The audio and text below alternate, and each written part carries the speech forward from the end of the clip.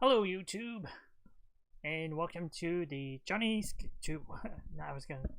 welcome to Jonny Skywatcher Live, the show where I, your host Jonny Skywatcher, talk about movies, TV, gaming, and whatever else I feel like talking about. So today, maybe I'll try to make it a little bit shorter because I feel a little tired. I have a couple topics to talk about. Yeah, anyway, if you don't know who I am, this is my YouTube channel. Here we are, my little box on the internet. I like talking about movies, TV, Netflix, gaming, mostly Nintendo when it comes to gaming. And I haven't branched off into too many other things, but maybe we'll see. Maybe I'll start branching off a little bit. This YouTube channel is still pretty young, and I know that a lot of other people will sort of split their YouTube channels into like specific things, but I'd rather have everything in one place. Algorithm be damned. So, with that out of the way, I guess let's go to our first topic, which is has to do with this interview Daisy Ridley did recently, where she said that her Star Wars character Rey's heritage kept changing even while they were filming The Rise of Skywalker. And I'll have to get into the exact quote. I don't know if that's exactly accurate, but actually I'll go to the actual interview for the thing because they just summarize it. So it's from this interview that she did with Josh Gad, who see, this is on Jimmy Kimmel Live. Is he like subbing in for Jimmy Kimmel, I guess, because he went on vacation or something, or what? I'm assuming that's what's happening here. Tell me about that. Okay. So, Days, I want to ask you, I just found this out. Have you been keeping Rey's secret from the beginning? Did you know about the parentage? Like, tell me about that journey of when you found out. No. At the beginning, there was toying with like an Obi-Wan connection, and then it really went. There were like different versions, and then it really went to that she was no one, and then it came to episode 9, and JJ pitched me the film and was like, "Oh yeah, Palpatine's granddaddy," and I was like, "Awesome." And then 2 weeks later, he was like, "Oh, we're not sure." So it kept changing. So then even I was filming, and I wasn't sure what the answer was going to be until the very end. So at one point, Obi-Wan was in there. Who else was Olaf amongst the possible parents, or? I think Olaf was, yeah. Just a galaxy far, far away. He was in a different. It was a darker time.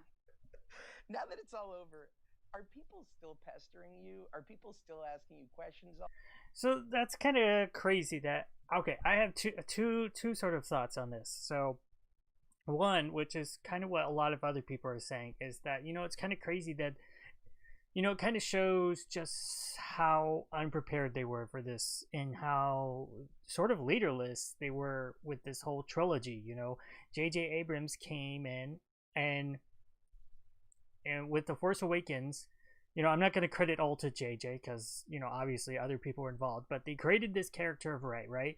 And she sort of, both with Rey and Finn, I remember with the marketing leading up to episode 7, they were very specific in not giving them last names. And this led to a lot of speculation. And you might, I think some defenders of especially The Last Jedi might argue, well, that's really the fans' fault for speculating. But I have to believe they knew what they were doing. When they set up these new characters and they give them just one name, no last name, and don't give any backstory to them, of course people are going to speculate about whether these characters are connected to any of the ones in the original trilogy, and specifically, are they the sons or daughters of any of the original characters? So they kind of like I said, in the Force Awakens, they created this character of Rey. She had this sort of mysterious backstory, this question of who are her parents. You know, we know she got left on this planet, and she seems very concerned about, you know, that she seems convinced that they're going to come back, but it seems kind of clear that really they're not. And there's a lot of intrigue, right? JJ's very good at setting stuff up like that, but not very good at following through. So then you get to Rian Johnson, basically the handoff the trilogy to Rian Johnson, no instructions, no one overseeing him. Basically, he can do whatever he wants. He decides that, you know what would be the most interesting thing in this moment in the movie, in The Last Jedi, is for Rey to actually be told that her parents aren't anybody, which I would argue isn't actually the most interesting thing for Rey's character. It's actually what's most interesting for the audience perspective, because as the audience, we were expecting Rey to be somebody's daughter. Obi-Wan, Luke, Han, Leia. You know, even Palpatine theories were around back then. And so, you know, so Rian Johnson decides, you know, we're going to say that she's nobody special, right? Because anybody can be chosen by the Force to be this a big mover in the galaxy. Okay, then the sort of backlash to The Last Jedi happens, and the keys to the kingdom get handed back to JJ and told, well, can you fix this for us, because we kind of broke it. And JJ kind of, you know, it sounds like with this interview, it kind of waffles back and forth between trying to figure out whether Rey should be a Kenobi or a Palpatine, and then even then, they didn't know what they were doing. And okay, the other side, because, you know, I said I had two lines of thought. So, you know, a lot of people are taking this as a sign of, like, you know, they didn't know what they were doing. You know, it's all Kathleen Kennedy's fault. Gosh, I didn't want to do that. So here's the thing that my other line of thought that I'm thinking of is that I'm pretty sure George Lucas didn't know what he was doing with the original trilogy. You know, he didn't know that Darth Vader was Luke's father in the first movie.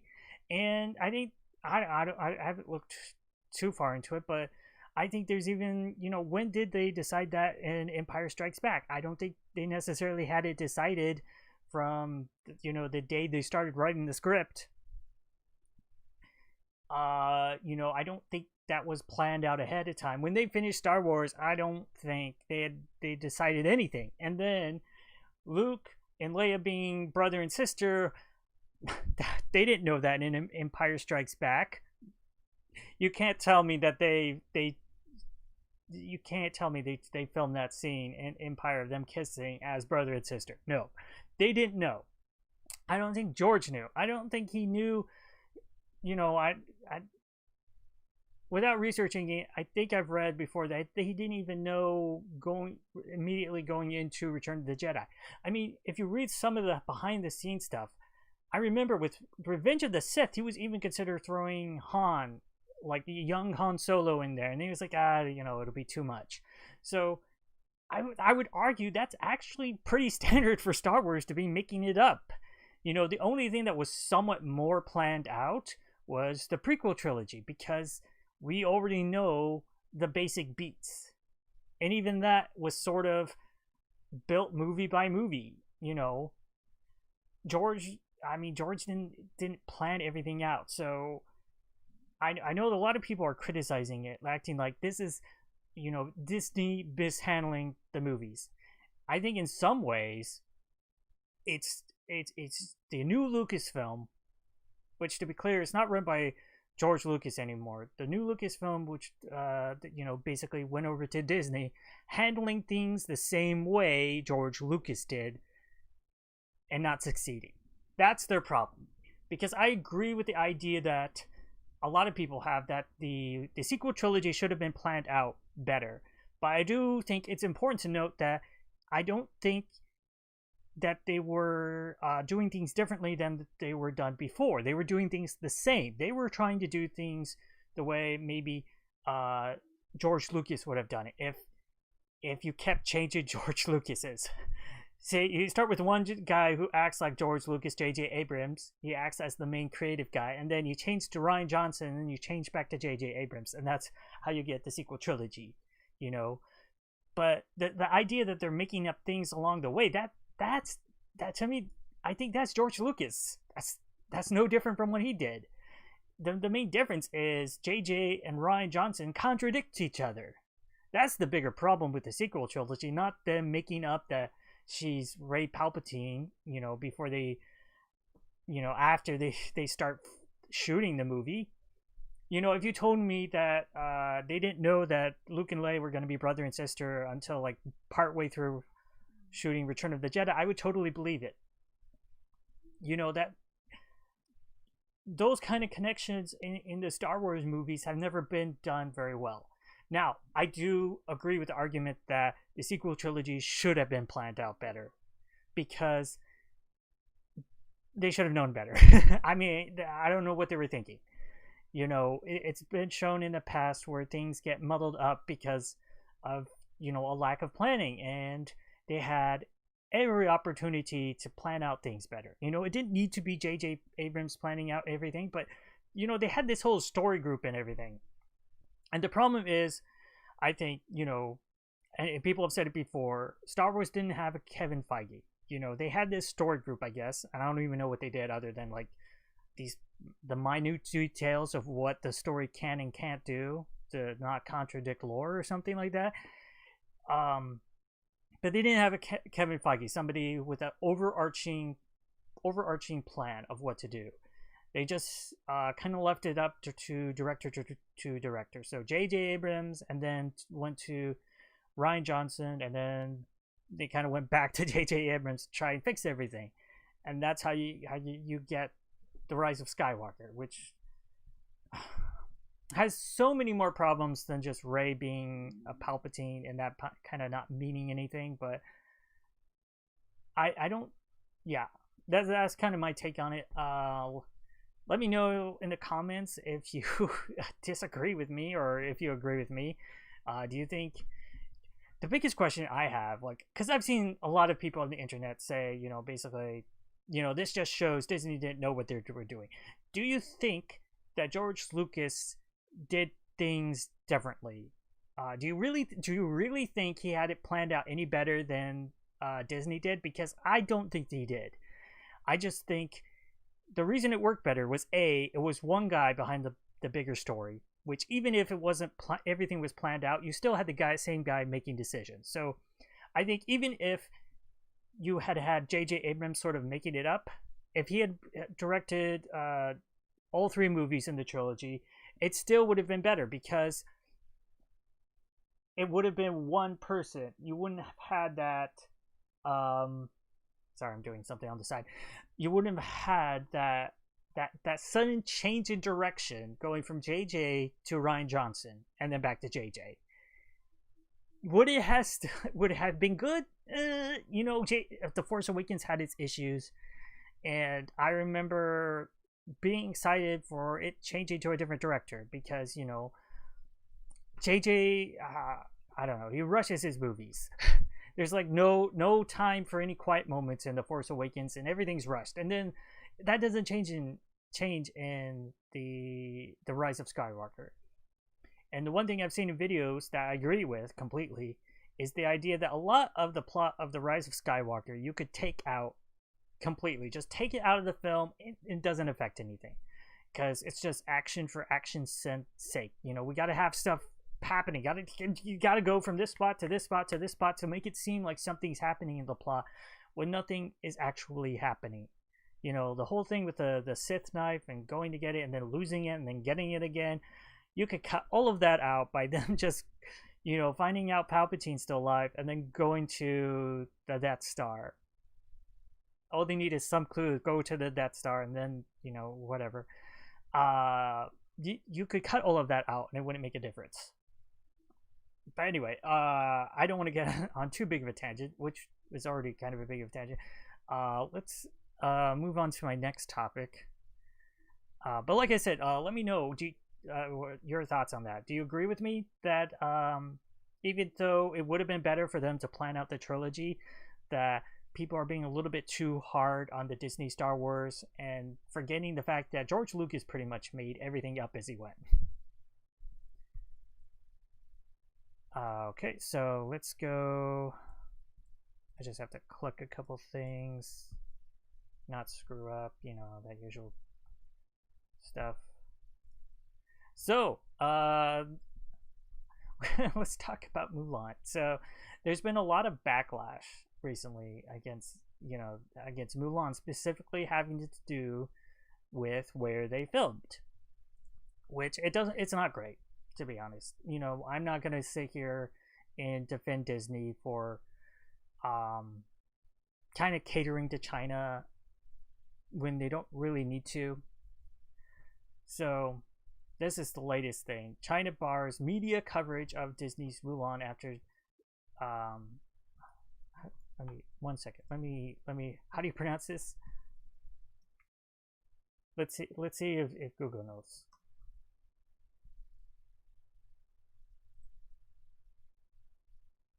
The word you are watching sounds like Xinjiang. Xinjiang. Okay. Professional. Totally professional. Not at all. China bars media coverage of Disney's Mulan after Xinjiang backlash. So, Chinese authorities have told major media outlets not to cover Walt Disney's release of Mulan in an order issued after controversy erupted overseas over the film's links with the Xinjiang region, for people familiar with the matter told Reuters.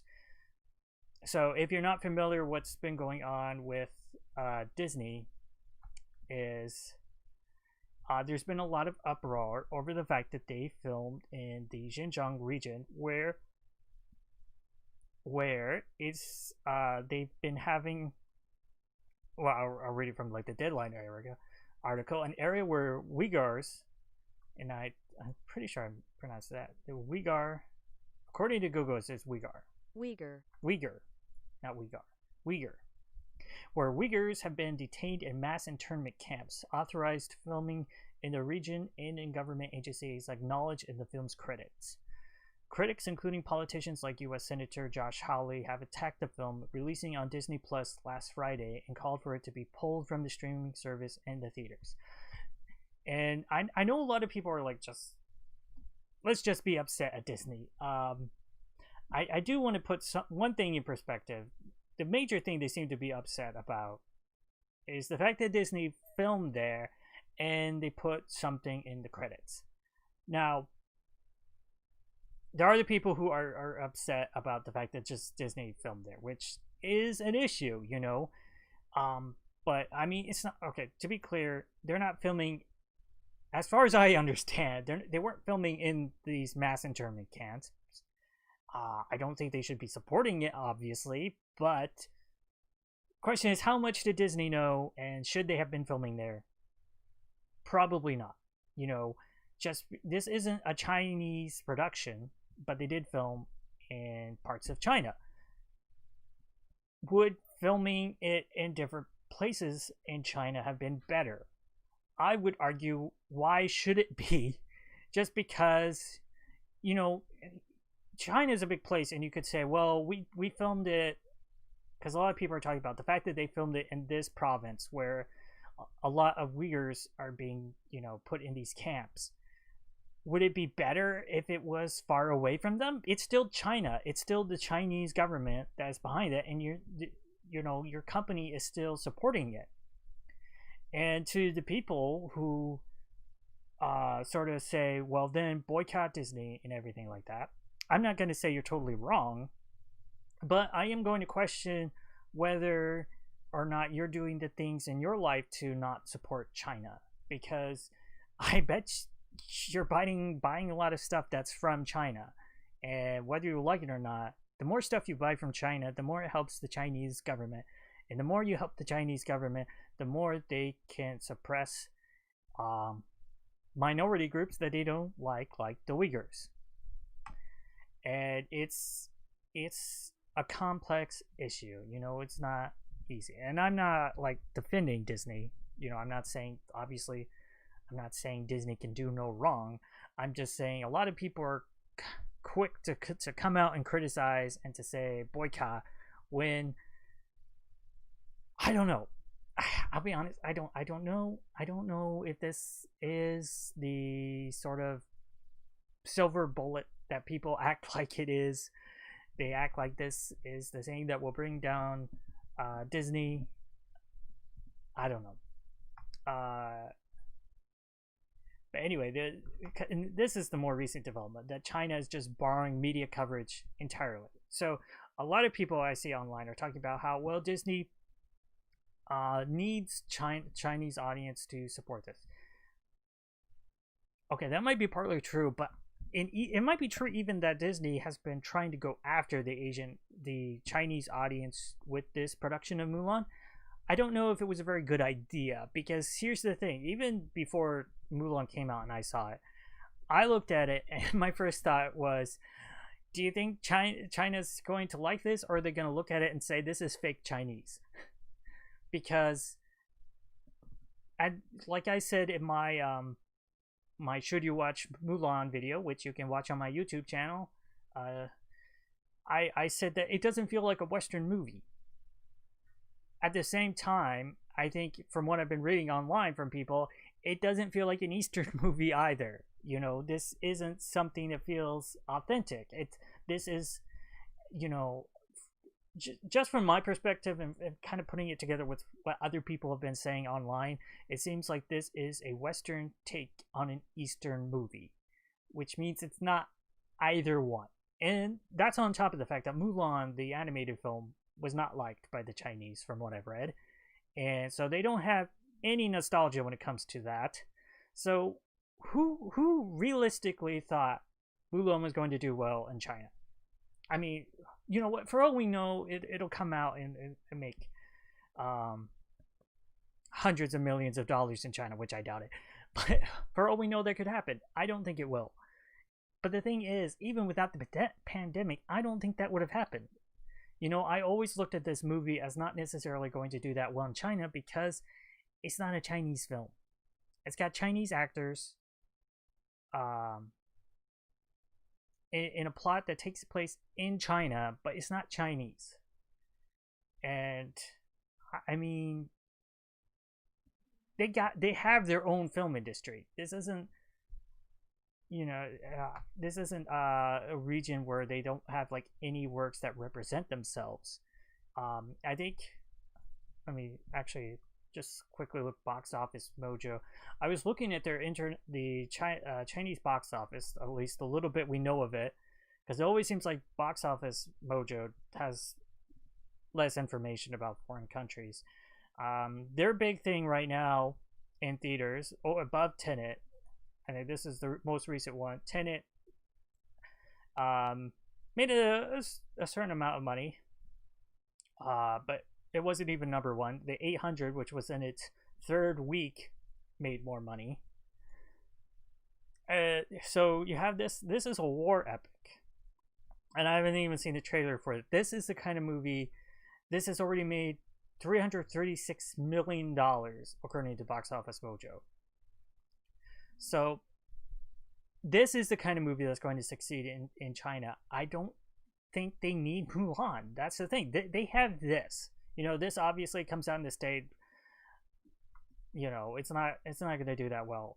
But that's the thing. When it comes to like historical epics, and you know, let's look at the things the live action Mulan was trying to be. Sort of a live action war epic placed in China. Wasn't a musical at all. It didn't have any of that. But the thing is, China already has those kind of movies. They don't need them from the West. And I think probably a lot of them would argue they already have them and they do them better. And they don't need the Americanized version or really care about it.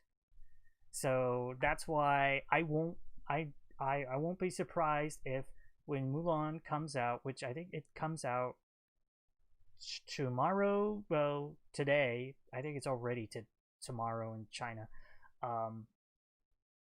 Don't be surprised when it doesn't do very well, because I don't think it will. Just to get back to the rest of the article, I think it's interesting because that China's just barring media coverage. They don't want people talking about the Uyghurs situation in China, so they don't want them talking. They don't want to even just don't cover the movie at all.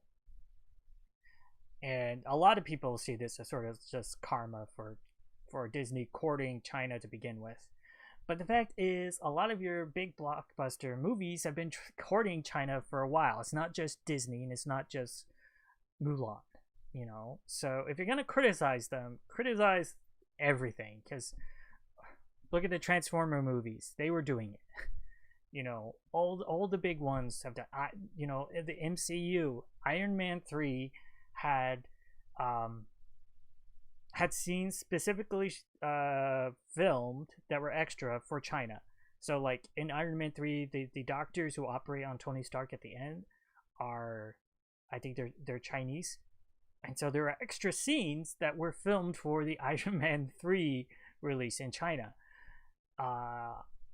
So yeah, this isn't anything new, but I think the other thing that is spurring I think maybe a little bit more criticism that would normally get is the fact that they didn't release it theatrically and they put it on Disney Plus for a $30 price. And that's the thing people I think really don't like, is the fact that Disney asked for something that people were used to getting for free. Free. They're used to not having to pay extra for any movies that they get on Disney Plus, on a streaming service, Netflix, many of the current ones, Hulu, HBO Max. You pay a certain price and then you can watch anything on the service, for no additional cost. People really are against the idea of having to pay more, and it sort of goes with the idea that even though you're already paying money and then they're asking for more, it's the idea of, if you offer something for free, in this case you're able to watch everything for the same price. So free, we'll say free because obviously you're paying the monthly, but in a sense you're paying a small amount to get free movies, right? You don't have to pay any additional. And it's sort of, that's the idea of psychological backlash, when you have much more backlash when you offer something for free and then say, oh, actually it's going to be a little bit of money. There's a lot more backlash than if you had just said from the beginning, you're going to have to pay for it. And of course, this isn't something that is necessarily Disney's fault when it comes to that. And who knows how that plays out in the future, because here's the one thing with like Disney, we have no idea how well it's done, and we probably never will, because they're a streaming service and they don't have to tell us. So I really wish I knew how well it's done, how many people have paid for Premier Access to watch it. I don't necessarily know what is their goal figure to say, like, oh, if we make this much, this will be super successful and we will do this with other movies, versus, oh, this was a bad idea, this did not work out at all. I mean, I think whatever it is, monetary amount, they do have to deal with the sort of the PR reaction from it, and I think that will be part of the equation with Disney moving forward. Because, like, say they do try to do this something with Black Widow or something, they would still face the same PR issues, with people not being happy that they have to pay extra money to see this movie when it's going to be free on Disney Plus in like 3 months. Which is why I said before that they should have done 6 months. They should have said, okay, it is going to come to Disney Plus to everyone without Premier Access, but in 6 months. But instead they went through 3 months, which to me is not enough time. If you want to set like a make something a premiere content, you gotta give more time. 3 months to me is not long enough. Anyway, I've been talking a lot today. just move on to this last short topic. Okay, let me get to. I got. It's always clicking all these different things because I gotta set it up in OBS Studio. Okay, there we go. So, here's something a little bit non-movie related news, but I live in New York City, so I thought it'd be interesting to cover it. Is New York City to allow indoor dining? Governor Andrew Cuomo announced, I think this was yesterday, September 9th. Yeah, this was yesterday. Cuomo announced that restaurants can open for indoor service at 25% capacity starting on September 30th. So they're finally lifting the ban on indoor dining in New York City. I believe that they have had it in other parts of the state. It's just when it came to New York City, I think it was originally going to be there in phase 3, but that's before New York City started to go into phase 3. Other states started to have an increase in cases, and so they kind of held off on it. It's they basically just didn't give us any information. Now they just like suddenly announced that indoor dining. It's not going to affect me that much because I'm not going to go out eating in restaurants for a long time. You know, I don't know. I don't really need it. I can live without indoor dining. I don't see it as a necessity. I haven't even gone to outdoor dining, you know. And I think it doesn't say anything about anything else. Like, we still don't know anything about movie theaters or other places opening up. Yeah, New York City, a world capital of dining and entertainment, remains in a defensive crouch, with Broadway shuttered, movie theaters and clubs closed, and many cultural institutions operating under strict capacity restrictions. And then every other day, there's someone on Reddit saying that New York City is doomed. Everything's over. The city's dead. I can't speak for the entire city, but here in Brooklyn, you know, we haven't devolved into chaos yet. Here in Bushwick, Manhattan might be a different matter. I don't know. It could be all chaos there. I know there's been a lot of still protests going on, but I think things will be strange for a while, and it will take time to recover, and it probably won't come back exactly the same. A lot of businesses, unfortunately, are going to be closed, and a lot of people, there's going to be a shuffle. You know, people are going to end up having to leave New York City because they're not able to stay here. They can't afford rent. But I mean, eventually people are going to come back, and things won't be the same. They'll be different, but New York City is New York City for a reason. It's not just because it's not just because people randomly choose big cities. There's all these sort of reasons why cities come into being, and so I think it eventually will be back, hopefully. It will be back. I just don't know when. But yeah, it's interesting that they're allowing it back. The indoor dining finally. I don't know. It doesn't affect me very much because I'm not. Well, right now I can't really be spending money at that huge amounts anyway, and going out and dining like that is a luxury for me. And yeah, with the pandemic, I think that's a definite no. No, I'm not going to go out for indoor dining or outdoor dining. I haven't done either one, so it doesn't really affect me. But it's another sign that we're trying to slowly open things back up. Hopefully it goes okay. Hopefully this doesn't result in a rise of cases. I mean, that's one of the reasons that they have held off, because studies have shown that like the places where they have risen, I think, are places where they try to open dining. I mean, it makes sense to a certain extent because what are you supposed to do when you're eating? You can't be wearing a mask the entire time.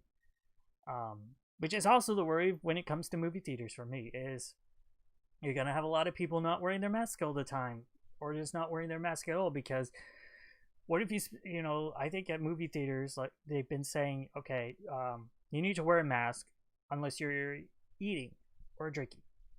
But the rest of the time, like, wear the mask. Well, what if you have people in there to just slowly munching on popcorn the entire movie? They're not going to be wearing a mask. I mean, maybe beforehand and then afterwards, but not during the movie.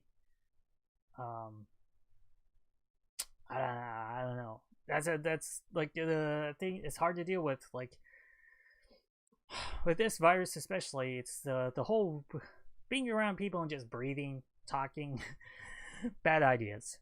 And the problem with the mask and eating is, like, they're not really compatible. You can't eat while wearing a mask, so it's sort of this kind of issue, which I know people want to kind of get back to normal as soon as possible, but I think to a certain extent things can't, nothing's really changed yet. We don't have a vaccine. As much as people seem to be, like, saying let's get back to normal, like, no, things haven't changed. We're still in the same situation that we were in March and April. There's still a pandemic going around. We're getting better at dealing with it, and the doctors have more information. We learned more about the virus. We reversed course on masks. Remember back when the CDC was telling us not to wear masks at all? Well, now we've reversed course and we're doing things differently. But in terms of the fact of, like, the virus is still out there, that's not changed. We're still dealing with it, and there's no vaccine yet. Once we get a vaccine, things might change. But I think until then, I just say wear a mask, but even then, I don't know if indoor dining is a great idea. You can kind of, I know people want to try to get back to normal, like I said, but you can live without indoor dining. And maybe it's not worth the risk right now. And the bigger problem is, even if with 25% capacity, these restaurants are still struggling. That's, for a lot of places, that's still, I'm guessing that's still not enough business. And restaurants employ people who are struggling because they're making less money. Overall, everyone's making less money. This is just a big issue in all of society right now. And it would be great if we had some real leadership in the White House, which we don't have. I won't get too much into that in this episode, but yeah, I think that about wraps it up for me. I've had fun talking today. Let me know in the comments below if you has indoor dining open in your area, and have you gone to a restaurant? I haven't. When was the last time I went to a restaurant? Definitely pre-pandemic. I have to remember. I can't think. I can't think on the air right now. Yeah, let me know. Have you gone to indoor dining? Has it been okay? Like, I think the only social thing I've really done, not really social, but like outside in the area, has been going back to the gym, which, wearing a mask, it sometimes it's not the greatest, I'll be honest, at the gym. But I still prefer the fact that, it's in a place where everyone is wearing the mask all the time, versus like a restaurant where maybe the staff is wearing the mask all the time, but people are eating. What do you expect? You can't. I've even done the thing at the, even at the gym, people are drinking water, so they, you have different strategies. For me, I always lift up and then drink like this. That way, like, your nose is still covered. I know a lot of people just take off the entire mask to do it, but like, you're still breathing out. Like, I think it's better to like keep your nose covered and try to eat that way if I were to do it. I don't know. The whole situation's crazy. The whole world's gone crazy. Um, yeah, I think that'll do it for me today. I've been doing right now. I've been at least until I go back to work. I'm doing this show Monday through Friday at various times. I usually I aim for 5:30, and then it gets pushed back. I schedule it on YouTube half an hour before the show starts usually. And today kind of get all messed up because I don't know why. I created something for 7 p.m. and then I noticed there was another one that was on like the moment I clicked start streaming, it started streaming on YouTube, which I didn't actually mean to do. It was kind of confusing. Anyway, you can also follow me on Twitter at Skywatcher, and on Twitch sometimes same username, Jonny Skywatcher, all one word on Twitch. And if you are watching this in the future, thanks for watching. And I mean, that's the most important thing is just watching the video. It helps. Oh yeah, I almost forgot the YouTube mantra.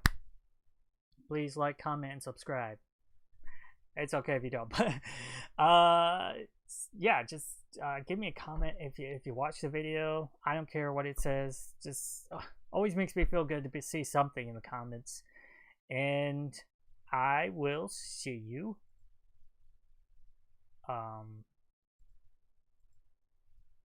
Okay, sorry, I have to click the right things. I will see you in the next video. Bye.